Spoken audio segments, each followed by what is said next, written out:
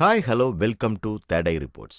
இப்போ நம்ம பார்க்க போகிறது இயக்குனர் வெங்கடேஸ்வர் ராஜ் இயக்கத்தில் ஒரு புதுமையான ஸ்கிரிப்டில் திரையில் வெளிவந்திருக்கிற சிறகன் திரைப்படத்தினுடைய திரை விமர்சனத்தை பற்றி தான் பார்க்க போகிறோம்.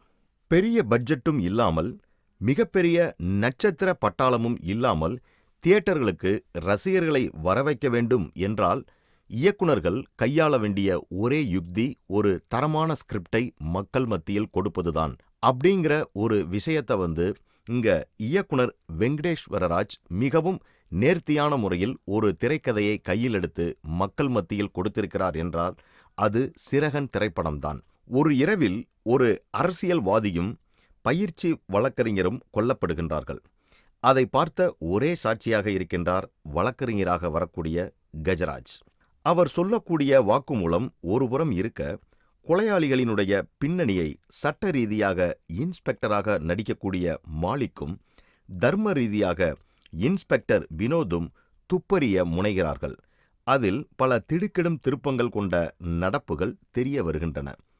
உண்மையிலேயே இந்த படத்தினுடைய திரைக்கதையை எழுதி படத்தை குழப்பமில்லாமல் எடிட் செய்து இயக்கியிருக்கக்கூடிய வெங்கடேஸ்வர ராஜை நாம் கண்டிப்பாக பாராட்டியே ஆக வேண்டும்.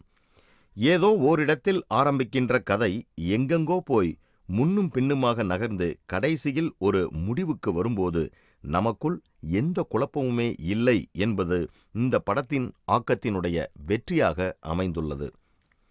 இடைவேளையுடன் எழுந்து வந்து விட்டாலும் கதை இதுதான் என்று நமக்கு புரிய வந்துவிடும். இரண்டாவது பாதி கதை எப்படி நடந்தது என்கிற அளவில் மட்டுமே நகர்கின்றது.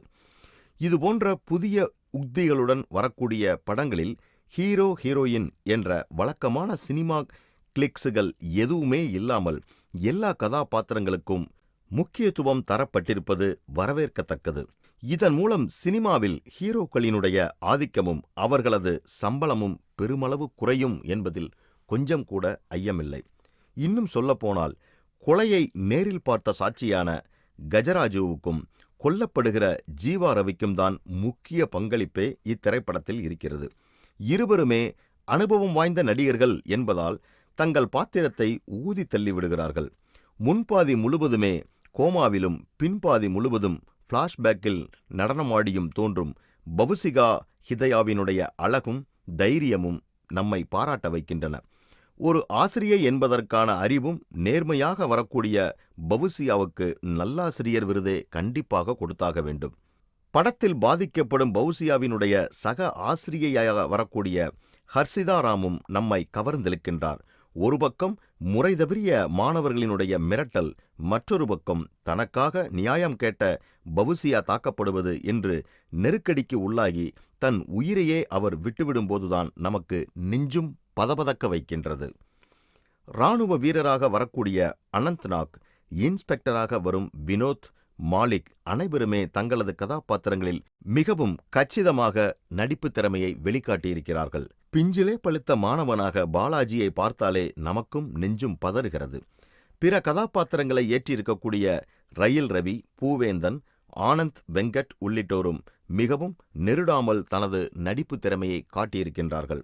ஒளிப்பதிவாளர் சேட்டை சிக்கந்தருக்கு பட்ஜெட் பக்காவாக அமைந்துவிட்டதால் இயல்பான காட்சிகளை தவிர வேறு எதுவுமே அவர் செய்யாமல் மிகவும் கச்சிதமான தனது ஒளிப்பதிவை இத்திரைப்படத்தில் காட்டியிருக்கின்றார். ராம் கணேசனுடைய இசையும் படத்திற்கு மிகவும் பக்கபலமாக அமைந்துள்ளது. மொத்தத்தில் சிறகன் திரைப்படம் ஒரு புதிய முயற்சிக்கு ஆதரவாக இந்த திரைப்படத்தின் திரைக்கதையை நம்மால் கண்டிப்பாக பாராட்டியே ஆக வேண்டும்.